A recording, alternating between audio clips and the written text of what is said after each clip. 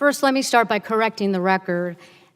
The separation of children and families didn't happen because it was required. That is not why the president did it. This administration is on record in saying they did this to deter people from coming. And so to knowingly separate children and families by prosecuting parents that was going to result in the separation and then mentally harm children, that's despicable. And that is why people believe that what this administration is doing is intentional. It's a belief based on all the lies that members of Congress have been told, all the lies that have been out in the public, and from what has been going out into the public. Let me start. Mr. Secretary, is there a written policy on the Remain in Mexico policy? There's a statutory provision. There is that guidance policy to in the writing? field. Yes. Can you provide us that copy? I believe we already have provided to Congress, but If you could give it to me, that would be fantastic. Mr. Chairman, just a second, just provide the copy of the policy. That's all she's asking for. okay, thank you. So, Mr. Secretary, you are familiar with that policy, correct? I am. And under that policy, there are certain groups of people that are not eligible to be returned to Mexico. Is that correct? That's correct. Okay, and under that group, unaccompanied minors, one of them? Correct. Cubans? Correct. Mexicans? Correct. Vulnerable people? Correct. Sick, elderly? That's discretionary, but those are categories to be considered. LGBT? Discretionary, but categories to be considered. Pregnant women? Same. Okay, let me tell you, Mr. Secretary, I either was lied to at the border or something has changed.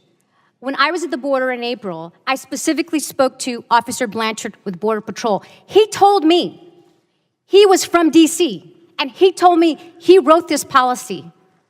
And he told me that pregnant women were excluded and not to be sent at the border. You come in and you talk about how you want to help protect children and they're going through this dangerous journey and keeping them safe.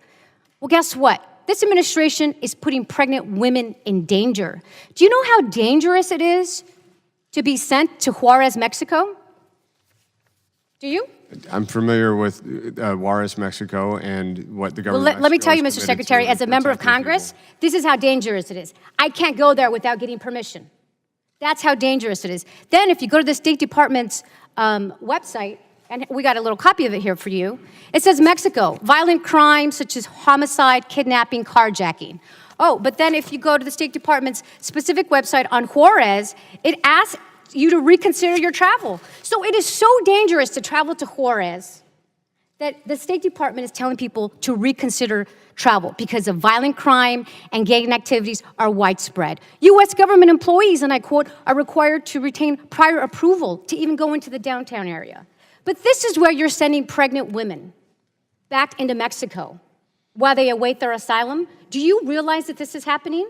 So the Migrant Protection Protocol. Do you realize that pregnant women are being sent back to dangerous parts of countries that our own country tells people not to go to reconsider their travel? So, do you realize that's happening? That's a yes or no. So under the Migrant Protection Protocols, we are asking people to wait in Mexico for their immigration hearing. Okay, so I'm going to reclaim my time because this is what the American people need to know. I was lied to at the border, and this is why there is no credibility with this administration. That is why there's no credibility. All right, let me move on for a moment. The 72-hour rule. Are you familiar with the 72-hour rule? Which one? Well, the one that basically says that within 72 hours, children need to be processed and turned over. You're talking about the Trafficking Victims Protection Reauthorization Act rule for unaccompanied children? Yes, the 72-hour rule, sir. Do you know how disturbing it is when the largest law enforcement agency in this country is not even following the law? Well, it's disturbing. You're not following the 72-hour rule, as we know, because you just had a 16-year-old child die that was being held for a week. People are being turned away at the border when they present themselves at the ports of entry. How do I know? I've been there. You have agents who are treating people like animals and in person telling them how terrible they are. How do I know? I've been there firsthand. We just saw the text messages. And an agent then hits a migrant? Is this how to be treating people who are escaping violence? Of course not. So why do people think this administration is intentionally harming children? Well, let's just look at the facts. Look at all the lies. Look at the harm done to children and their mental health. Look at the children that are dying under your watch. And you just said, Mr. Secretary, you are proud of your record. That is despicable to say. You should not be proud of a record of having 5 children die under your watch.